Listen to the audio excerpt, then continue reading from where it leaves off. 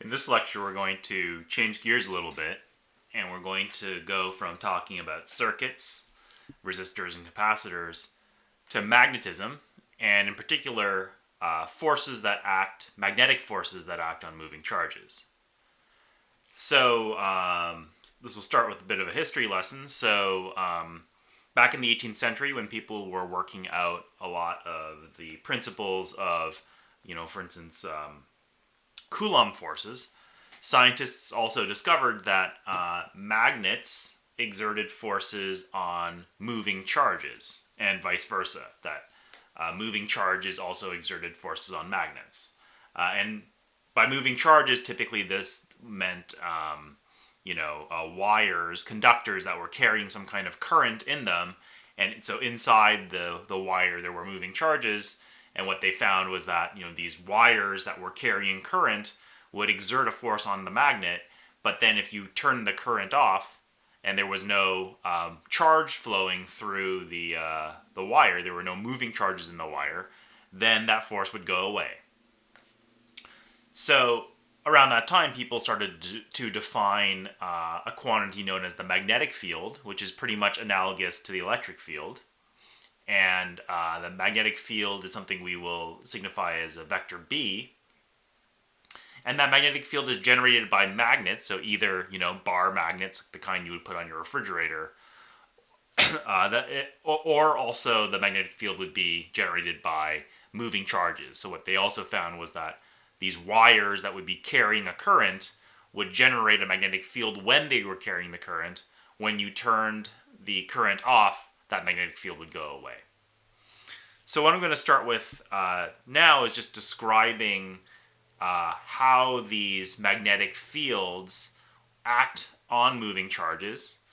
In a couple lectures, I'll describe how we actually calculate magnetic fields. I'll talk a little bit about that in this lecture, but it'll be a couple lectures until we actually figure out how to calculate magnetic fields, for instance, from moving charges and moving in a wire, for instance, a current carrying wire. And then at the end of this video, what I'll spend a little bit of time talking about actually how magnetism and electricity are related to one another, and actually sort of the origin of magnetic forces. So for everything I'm telling you about now, you can just imagine the magnetic field as a different kind of field that just acts on moving charges. Okay, so for instance, what I have written here or drawn down here in this figure is I have some charge. That's this green fellow here. Has some charge plus Q, and it's moving to the right. Okay, it's moving in the x direction, in the positive x direction. And then there's, let's say there's two fields. So one is an electric field, and so we've learned a lot about that already, right? So let's say there's an electric field pointing upwards. So this is, so upwards is in the positive y direction. So I'd write this as, vector E is some constant E naught J hat. Okay, so let's say it's a constant electric field. And then there's also a constant magnetic field, which is pointing out towards you, out of the screen. And as you probably know, the convention for drawing a field or a force out of the screen is basically a circle with a dot in it. That means it's coming out towards you. So the conventional analogy is like this is like an arrow, so that this is like the point of the arrow coming towards you, right? And then if it was going away from you, if it was going into the screen, it would look like an X. It would look like the tail of the arrow, right? So the way it's drawn here, this little dot means that the magnetic field is coming out of the screen towards you. So what people found, and again, this is all empirical so far. So, this part we know from before, right? So we know the force from the electric field, I'll write that as FEL, subscript EL, is just Q times E, right? So this is from before. And we know that this doesn't depend on the velocity at all, right? There is no term in here that depends on the velocity. It's just the charge times the field wherever that charge happens to be. All right, does not depend on V. Doesn't depend on V explicitly. Of course, if E is changing as a function of position and the charge is moving through that changing electric field, then of course, that the force would change, but it's really explicitly a proportional to just the electric field where it is. So that's just if the electric field is changing in X, right? Then if it's moving, then of course it's going to change its position. All right.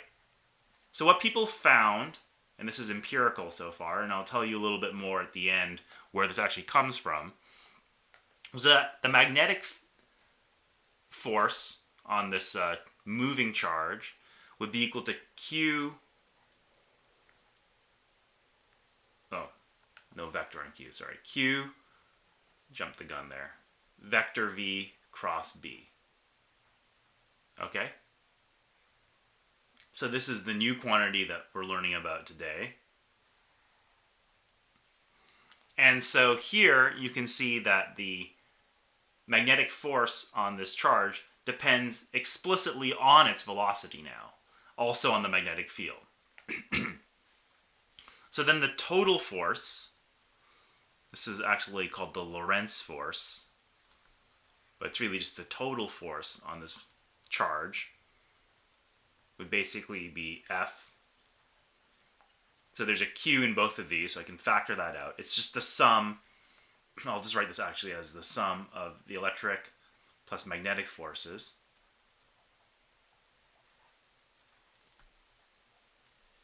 So it's just going to be Q E plus V cross B. Okay? So this is the Lorentz force. So it's just the sum of the force that this charge feels due to an electric field plus that due to the magnetic field. So I'm going to summarize a few things that I've just mentioned here. So first of all, electric force, electrostatic force, does not depend on V.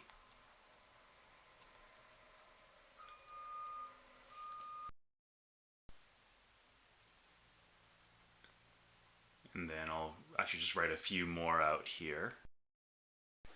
So, as I mentioned earlier also, the magnetic force does depend on the velocity of that charged particle.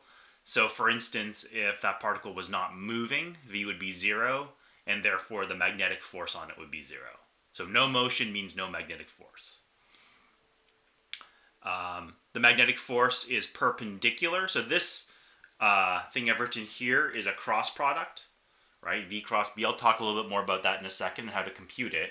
But what that means is that the resulting vector F mag is going to be perpendicular to both vector V and vector B. Okay. And so in this example, here, V is pointing in the positive x direction, right? And then the magnetic field is pointing in the positive z direction towards us. So what that means is that the magnetic force has to be pointing either up or down.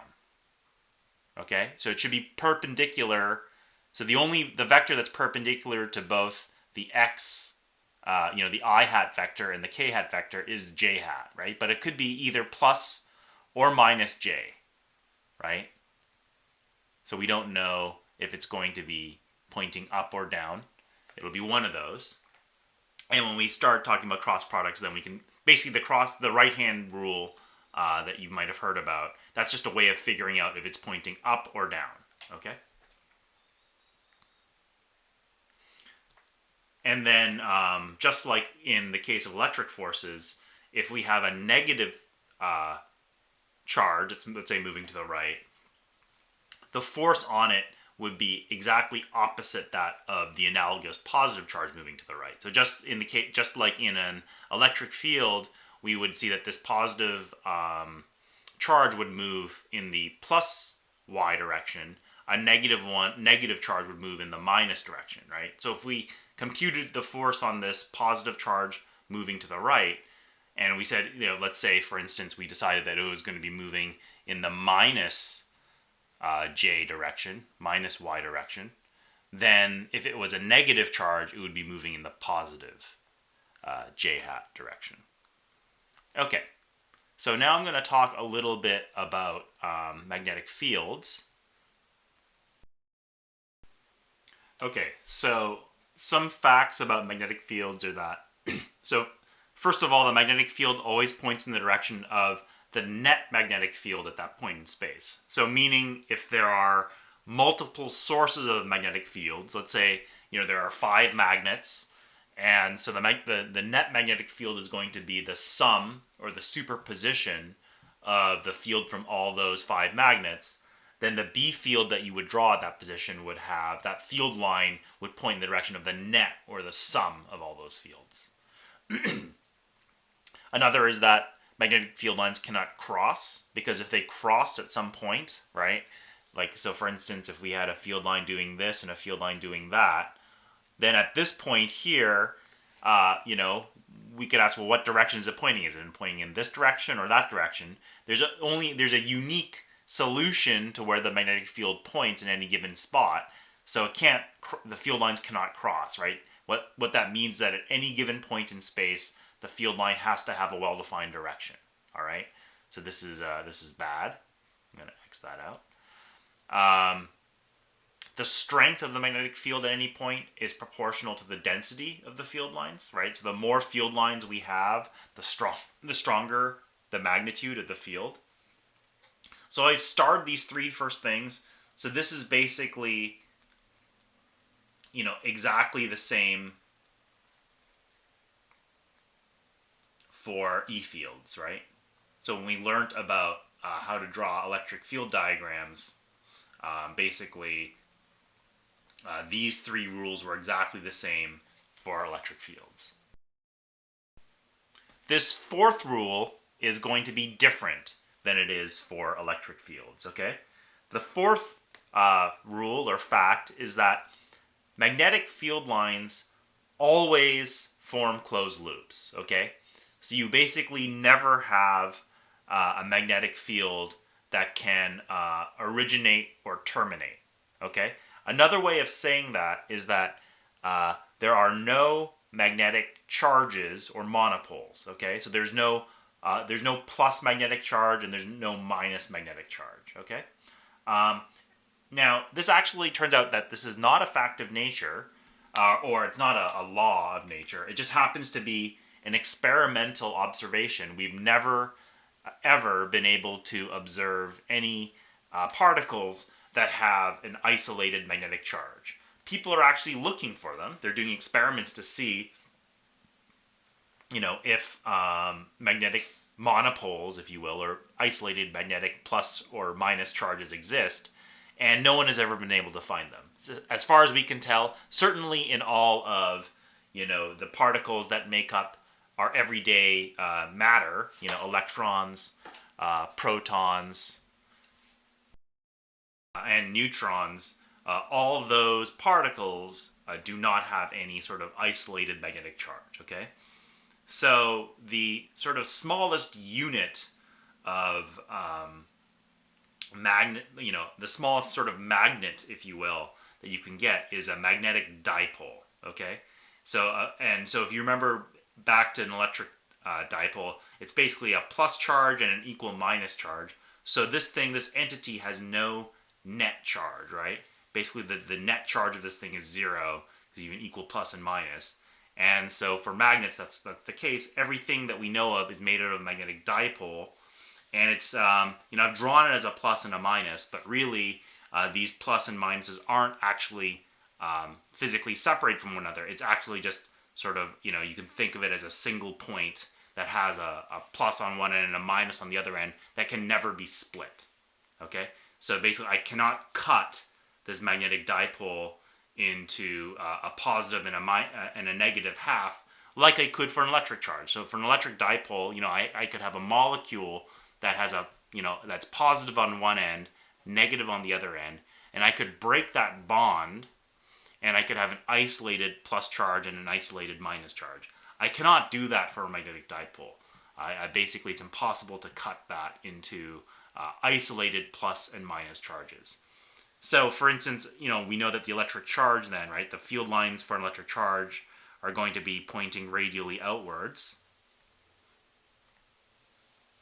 right? So we know that for electric field lines, they originate at positive charges and they terminate at minus charges, right? So basically, this configuration is not possible for magnetic fields, because we said that basically magnetic fields can never start or end. They can never originate or terminate for B fields. So in other words, an allowed pattern for a magnetic field would be something like this, right? We know that the field of a dipole looks like this. Every field line, that's basically coming out of this one is coming back into this one. And you can imagine, let's say that I would draw this such that the separation is negligibly small, okay? So each one of these field lines is forming a closed loop, okay? In other words, I can't tell where the field line starts or ends if this sort of plus and minus that I've drawn here are infinitesimally close together. Okay, so B fields always form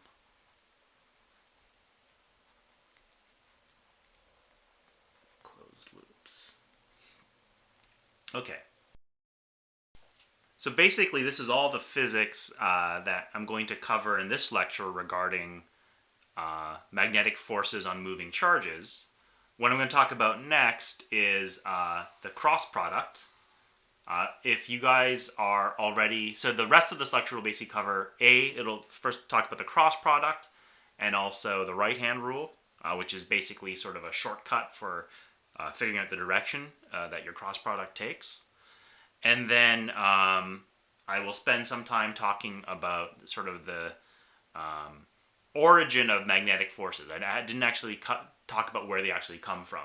That's a little bit beyond the scope of this class in terms of sort of going through all the mathematics to show that actually magnetic forces are the same as electric forces. What I've talked about earlier in this lecture basically showed that magnetic forces are sort of related to electric forces because they act on charged particles. But in fact, what I'll talk about a little bit is that due to the principles of relativity, which I'm sure you've all heard about, we can actually show that magnetic forces are basically electric forces that are acting on particles from a moving reference frame relative to that the particle of interest. So first of all, though, I'm just going to start talking about the cross product. So if you are familiar with the cross product, if you've had a lot of practice with it, then you can skip this part. This is just sort of basic, vector mathematics, and probably some of you are pretty familiar with it. Others might be kind of rusty. So the cross product is a vector product. So for instance, if I have two vectors, A and B, the cross product, the resultant is another vector, right? So this is very different than the dot product where, the dot product of A and B would give you a scalar. The cross product of A and B gives you another vector, okay? And so there's some basic facts about the cross product. So the resultant vector C is always perpendicular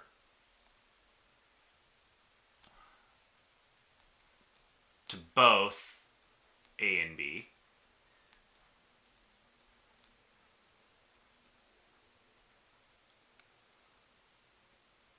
And the actual direction of which, so basically if it's perpendicular to both A and B, it can point in basically two directions, and basically you can use the right-hand rule to figure out what direction it's actually going to be in.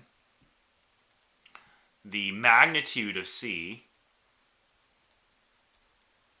is equal to the magnitude of A and B, or the product of the magnitudes of A and B, times sine of the angle between A and B. Okay, theta is the angle between A and B.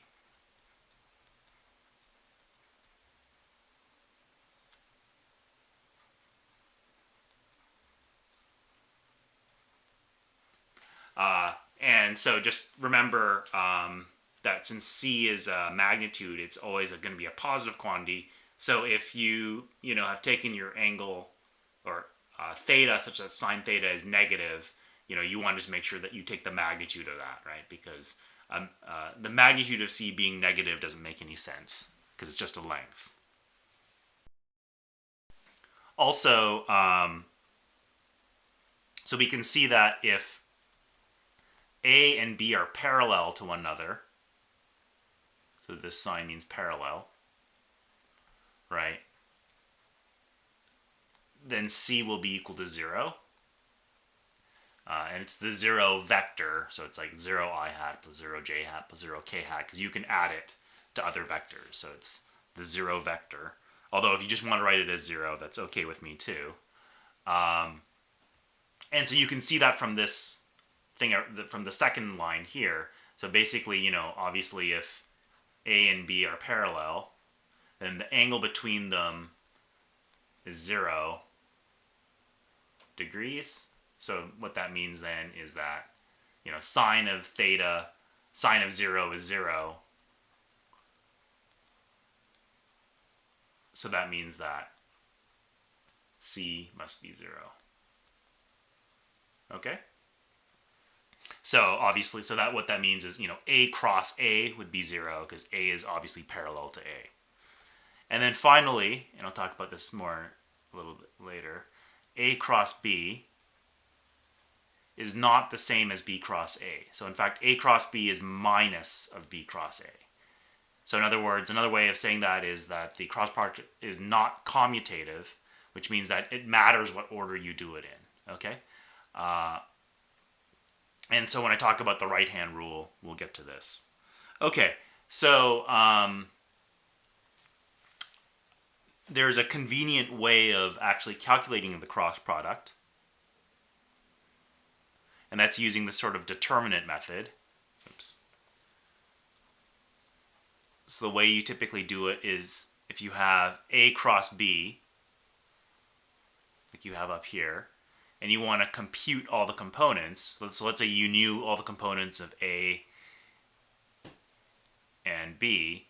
I would write, so first of all, the unit vectors on this top row, the X, Y, and Z components of A on the second row, and then the X, Y, and Z components of vector B on the third row. All right. And then the way you do this is that you basically, I think probably many of you have seen this determinant method, is you start with this I hat quantity. And what that's going to be equal to is you block out basically anything. So I hat is in the first column in the first row. So you basically exclude anything in the first column, the first row. And then you go basically AY, BZ. So you kind of you go along this cross first and then that cross. So you go this diagonal, AY times BZ minus AZ times BY. All right. So it matters which one you take first because they're subtracting from one another. If they were adding, you could have taken either this diagonal or that. But since you're subtracting, you have to remember it's sort of top left to bottom right minus top right to bottom left. I hat. And then every time you move across a new index for across the top row here, so now we're going to calculate the j hat component. We pick up a minus sign. So in other words, picking up a minus sign means that instead of going top, so basically now we're isolating this middle column and still the top row. So basically I'm going to be multiplying ax bz minus az bx. But since I said every time you move sort of from one element to the next, you flip the sign. So this was positive, this was minus, this is positive. If you another one here, it would be minus. So it would be, instead of axbz, it's azbx, because we're basically taking the minus of what we normally would. And then minus axbz.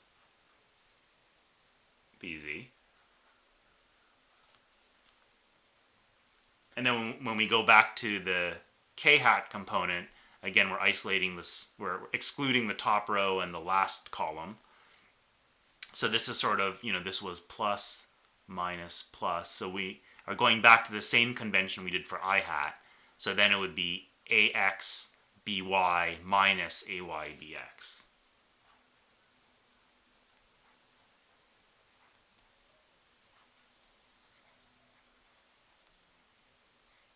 That's the k-hat component. Okay, so again, this one here, this middle j-hat one, the ordering is reversed with respect to taking the I-hat and k-hat components. All right, so this is basically how to take the cross product. So if you happen to know, so this is basically vector A here. This was vector B here. So you write down the components like this. If you happen to know them, you basically just, calculate it out just mechanically like this, right?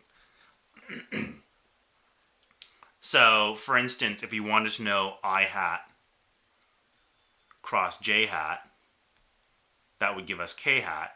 So the way I could take I hat cross j hat is I could use, for A, I could basically write this as 1, 0, 0, and then I could write j hat as 0, 1, 0, right? And so the only component that would actually give me something is this last one. There would be basically 1, 0, 0, so it'd be 1, 0 minus 0, 0. Okay, or 1, 1 minus 0, 0. J hat cross k hat. I'm not going to go through all of these, but I'll just write them down. Is I hat. K hat cross I hat is J hat. Okay? And then conversely, if I took J hat cross I hat, and you can just work this out by yourself by, again, plugging J hat as, that would mean A would be 0, 1, 0, and then B would be 1, 0, 0. That gives me minus k hat. So if I flip the order of these, it's always the negative of what it was before. K hat cross j hat would be minus I hat. And then I hat cross k hat is minus j hat. So I guess what I've just decided to do is, for the right-hand rule, I could make a lot of bad drawings of like fingers and thumbs and things like that. I'm not going to try to do that. So what I'm going to do instead is I'm going to post a short, separate video, probably be about 2 or 3 minutes, just showing you, with my hand, right hand, not left hand, how to actually, use the right-hand rule. And so if you get confused doing it, you can always go back and look at that video. There's nothing really profound about the right-hand rule. I mean, a lot of people kind of get messed up with it because they just haven't practiced it a bunch of times. Honestly speaking, I mean, there's no reason to ever make a mistake using the right-hand rule. It's just a total mechanical, operation. There's no, conceptual anything involved in it. But I think the best thing to do is just to see that video that I'll make a little bit later, because it's probably a lot easier just to watch a hand as opposed to look at my crappy drawing of a hand. Okay, so that's enough about cross products. So basically, again, properties of cross products are that the resultant vector is always going to be perpendicular to both A and B, right? So for instance, if I draw A and B, another way to think about it is A and B, if I have two vectors, I can always define a plane that is basically encompassing both vectors. So basically, A and B line this plane.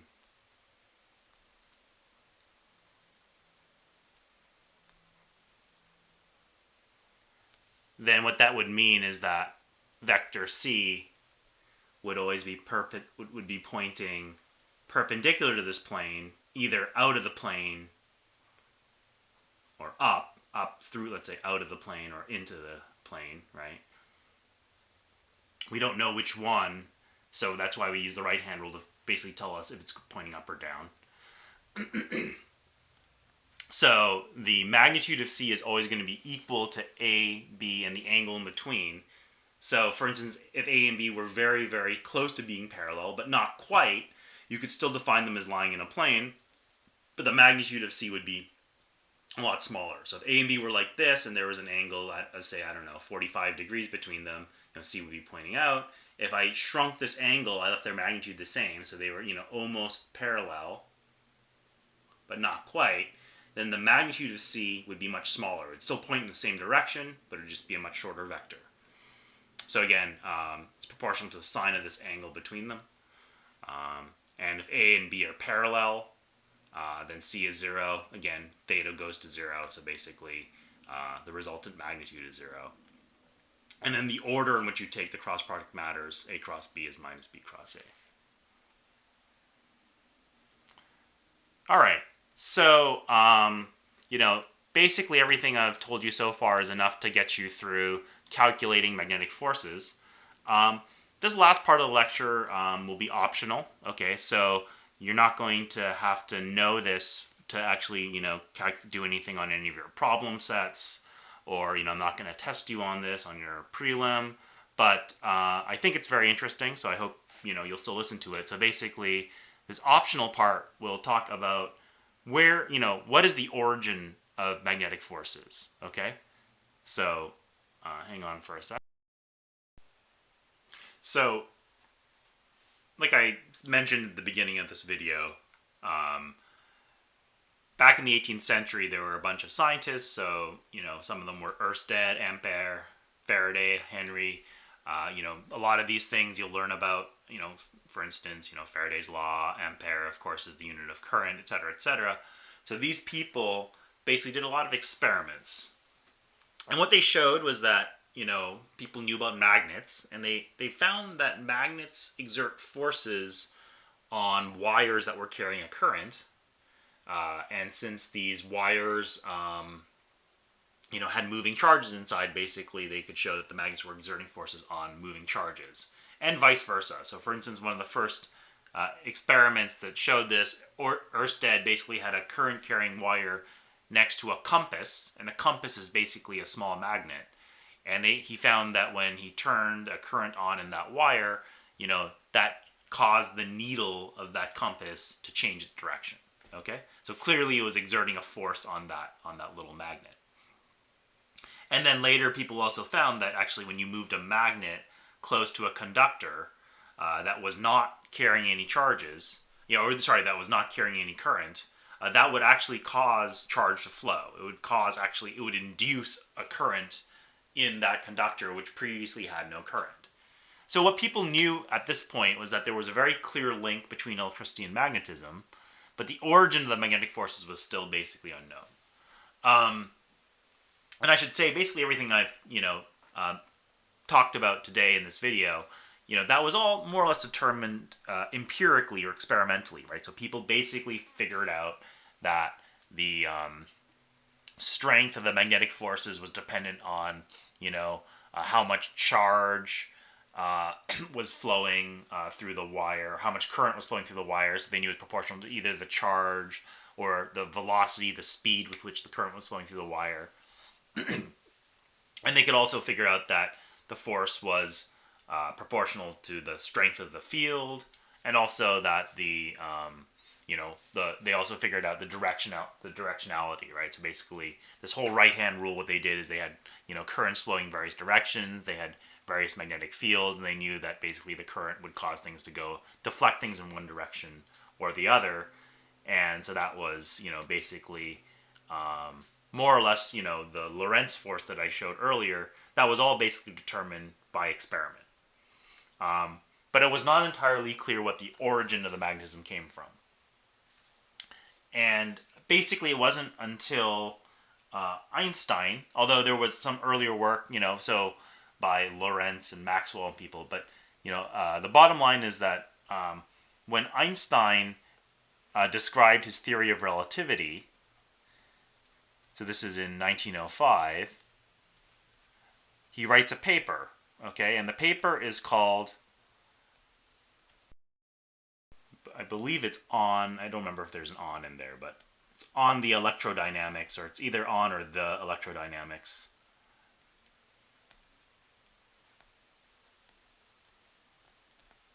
of moving bodies, okay? So this is actually his famous paper on relativity.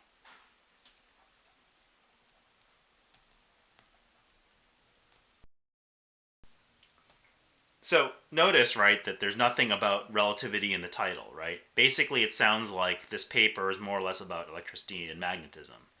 And, well, in reality, it helps to explain where magnetism, or it really does explain where magnetism comes from. So in this paper, basically Einstein states that, there are two sort of, or the theory of relativity is basically based on two fundamental concepts. I'm bound to get a straight line one of these days. All right, here we go. So one, basically the laws of physics are the same in all reference frame.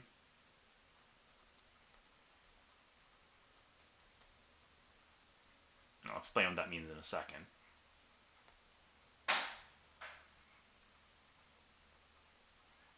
And two, the speed of light is the same in all reference frames. Okay? So actually everything that you need to know about at least the special theory of relativity is basically encoded in these two concepts alone. Okay?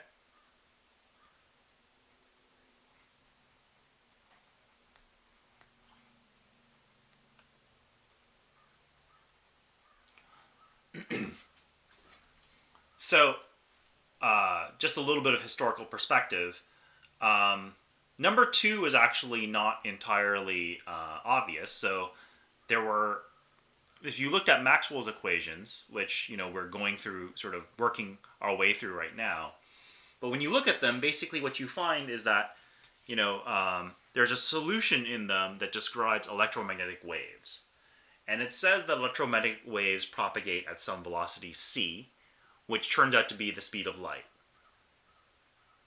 And it was not entirely clear to people at that time, what that velocity c was relative to. So what a lot of people at the time thought, including Maxwell, was that there was some kind of substance that permeated all of space, which was called the ether. Okay, and the ether was was permeating all of space. It was not moving, and the light was basically propagating at a velocity c relative to this ether. Actually, that idea makes a lot of sense if you think of electromagnetic waves being like water waves, right? Because water waves are basically waves propagating in the water. The water is the medium. And so people thought of the ether more or less like the medium through which, these electromagnetic waves propagated. Because, if you look at sound waves, water waves, these are all things propagating through some kind of medium. So people thought, okay, this velocity c was relative to this medium called the ether. And so people did a bunch of different experiments to try to, so what it would mean is that, if you sent light beams in different directions through the ether, and if you were moving through the ether, then the light basically would be moving at different speeds relative to the ether, and you might be able to measure that. So people were doing a lot of measurements around this time. The very famous ones were by a couple of fellows named Michelson and Morley, but there were actually a bunch of other analogous experiments. And what they found experimentally was they could measure no difference, right? So basically, they could not detect any effect that one would expect moving through the ether, as most people had, believed. And so what Einstein did was he basically said, well, let's imagine that there is no ether, and in fact, the speed of light is going to be the same in all reference frames, as opposed to being relative to the reference frame of the ether. And so the first tenet is not particularly shocking, right? So he says, well, the laws of physics should be the same in all reference frames. That seems fairly sensible. The fact that the speed of light is the same in all reference frames is not particularly intuitive, because, for instance, if I, was on a train and I threw a tennis ball at, 10 meters a second, but the train was moving also at 10 meters a second. If you were standing on the ground, you would see the tennis ball coming at you at 20 meters a second, more or less, right?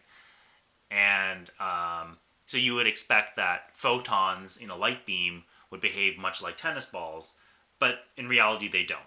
Okay, and Einstein was the first to sort of postulate that.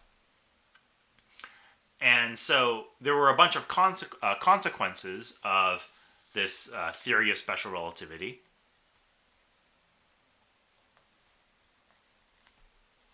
And one was that moving objects that are moving with respect to you, are contracted relative to sort of the length that you would measure them if they were at rest, right? So the idea is that imagine if you had a meter stick. You had a stick that was exactly 1 meter long.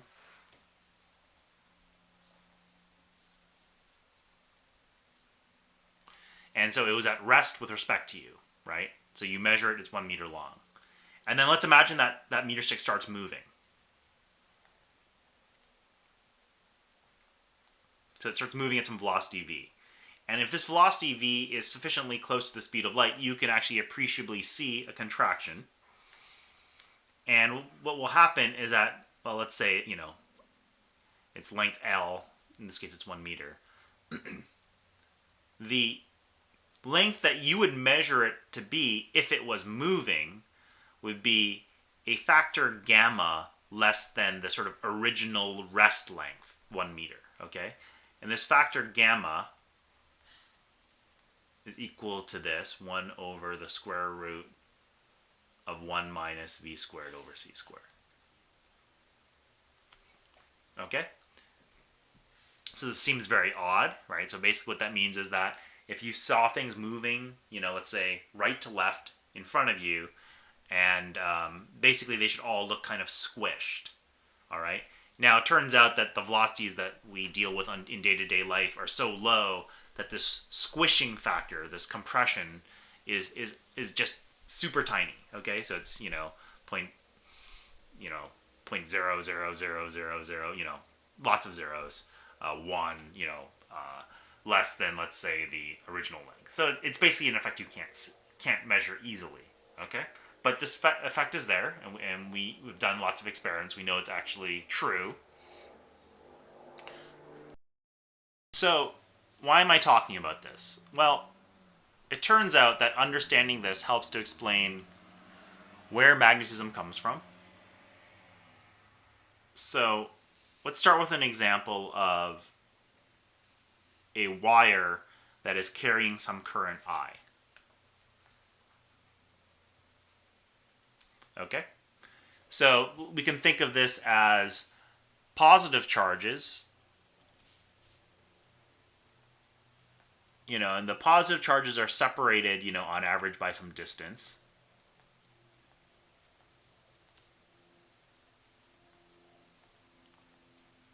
And so this wire, let's say, is net neutral. So there's as many negative charges as positive charges in the wire, right? So imagine I had a charge outside the wire. Okay, so let's say I had a positive charge outside this wire, right? So if we just think of F is equal to QE, basically there's an equal number of negative charges as there are positive charges. Let's not really worry about the fact that, I've drawn the negative ones closer than the positive ones. Let's say the wire's really thin. I'm just blowing it up so you can see. All right? So basically then, what this means then is that, since there's an equal number of negative and positive charges, they're equally far apart, although that's not how I've drawn it. To this positive charge, there is going to be no net force, right?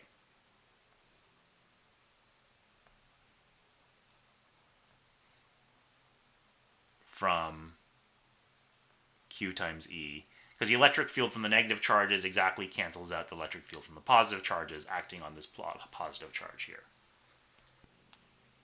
But now let's imagine that this wire is carrying a current. Okay? So let's imagine, if the current's in this direction, we can think of it as, let's say, the positive charges are moving with some velocity v, this way. The negative charges are not. So let's say the negative charges are stationary, the positive charges are moving to the right with some velocity v, and that's causing a net current I. Okay?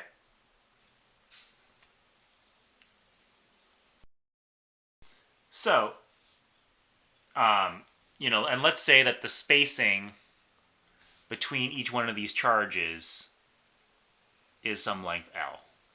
Okay? So, nominally it would be the same for, the positive and negative charges. But, since we know about this compression, what we call relativistic contraction,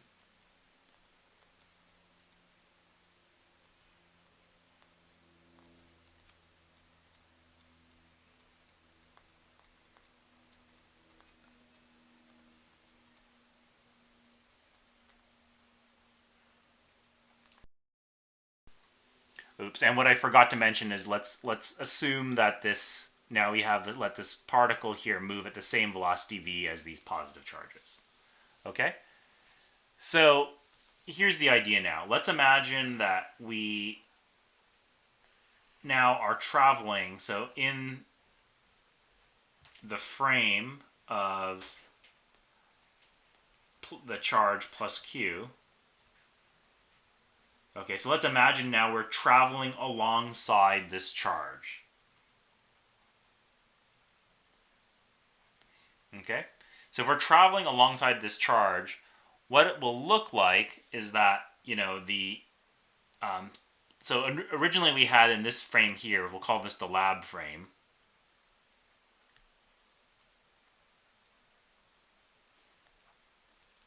And we'll call this the charge frame.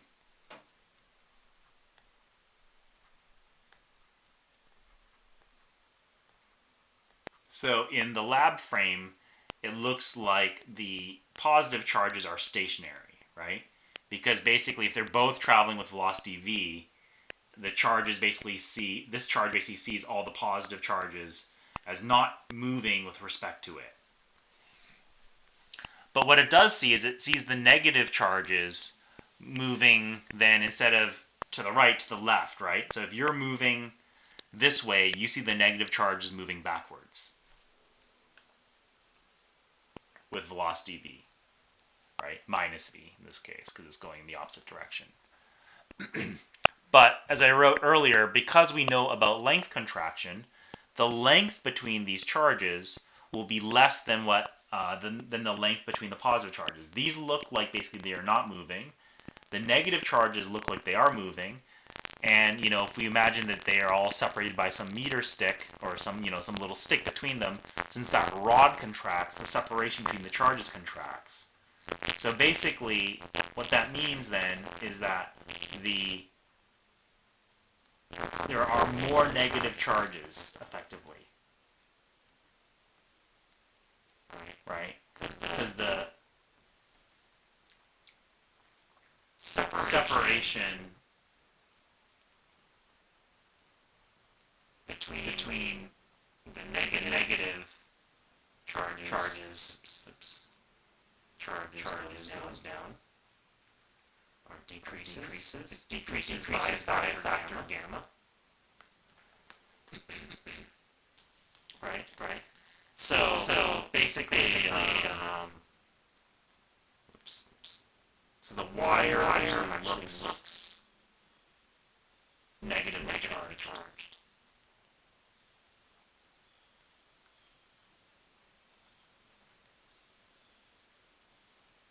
So then what will happen is that since the wire looks negatively charged, in the frame of this particle here, it's stationary, right? So basically the only force it can feel is just QE, right? we can forget about this v cross v stuff because, well, this thing has no velocity.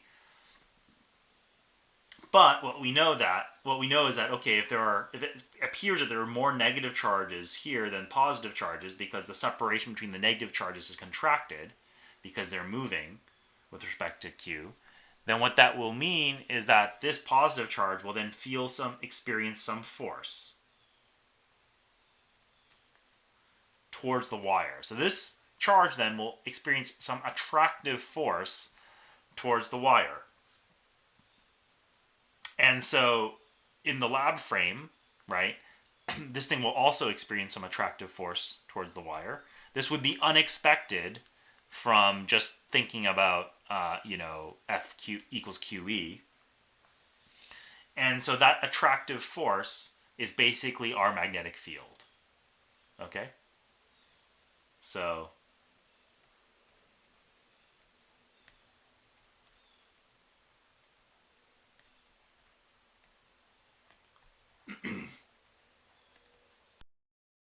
as you can see here, right, this attractive force, again, would be entirely unexpected if we thought about just, electrostatic forces, because we would expect, okay, well, the number of plus and minus charges in the wire is constant. But in the reference frame of this moving positive charge, it looks like the negative charges are actually more dense than the positive charges because they're moving because they are moving, the positive charges are not. And so since these are moving, the separation between them goes down, the density of the negative charges goes up, and then thus it experiences an attractive force towards the wire.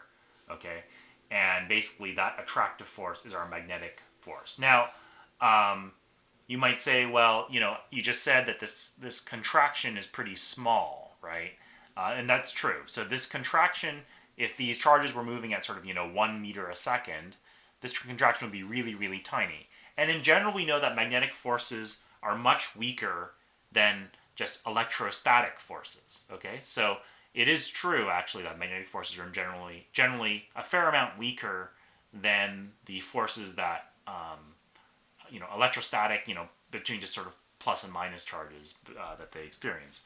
On the other hand, you have to remember that actually charges can move through conductors very quickly. Okay, so they can move through conductors, at not at the speed of light, but at sort of 1/1000th the speed of light. That's not an unreasonable velocity for charges moving through a conductor to have. And so this number, while still small, is not entirely negligible. And so these are real forces that manifest that you can really measure, which is why, for instance, a compass works, right? And that, sometimes the compass, doesn't, it's suspended in this liquid. You have to be careful with it, right? If you're shaking it around, it's not always going to be pointing towards the direction of the field. That force is not incredibly strong, but it is large enough to really align that bar magnet with the direction of, let's say, the magnetic field of the Earth. Okay?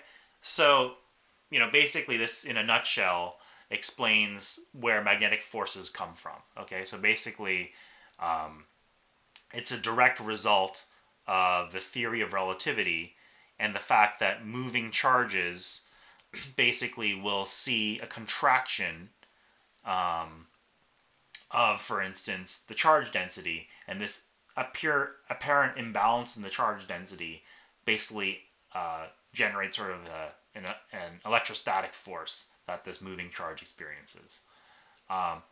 And of course, when we start talking about the magnetism of materials like magnets, that basically comes from the fact that electrons, that's the last little bit here, hopefully you won't be too upset about me going on, because I did say this part was optional. In magnets, basically we haven't talked about this, but electrons don't just have a charge, they have a spin, okay? We would call this an S quantum number. And basically, electrons have a little sort of magnetic moment. And in most materials, the magnetic moments, this is basically a little dipole, a magnetic dipole. And in most materials that are not magnetic, glass, copper, aluminum, the total number of bar magnets of the electron, moments pointing up is equal to the total number of electron moments pointing down. But in certain materials like iron, cobalt, a lot of these rare earths like samarium, europium, there are a large number of unpaired magnetic moments of these magnetic dipoles, and there are interactions that cause these moments to line up in a particular direction. Okay, so these are materials called ferromagnets, and what happens is that at some high temperature, the moments are not ordered. This is a temperature called the Curie temperature, and actually in my own research, we study a lot of unusual ferromagnets. Basically, we're interested in the interactions which cause the magnetic moments to line up. And then below some temperature, basically much like how water freezes into solid ice, these magnetic dipoles will basically spontaneously orient themselves in some direction. Oftentimes, that direction is defined by the crystallographic symmetry of the material that these magnetic moments are in. And so there'll be some net magnetic moment that's generated by these dipoles. And that's basically why certain materials act like magnets, because they have a net number of spins, and these spins interact with each other. A net number of electron spins. The electron spins interact with each other in a certain way to basically yield a net magnetic moment. All right, so that's kind of a long video for today. So for those of you that stuck it through to the end, I hope you at least found this brief discussion of relativity interesting. And if you have other questions about it, you can always come and bug me about it after lecture. All right.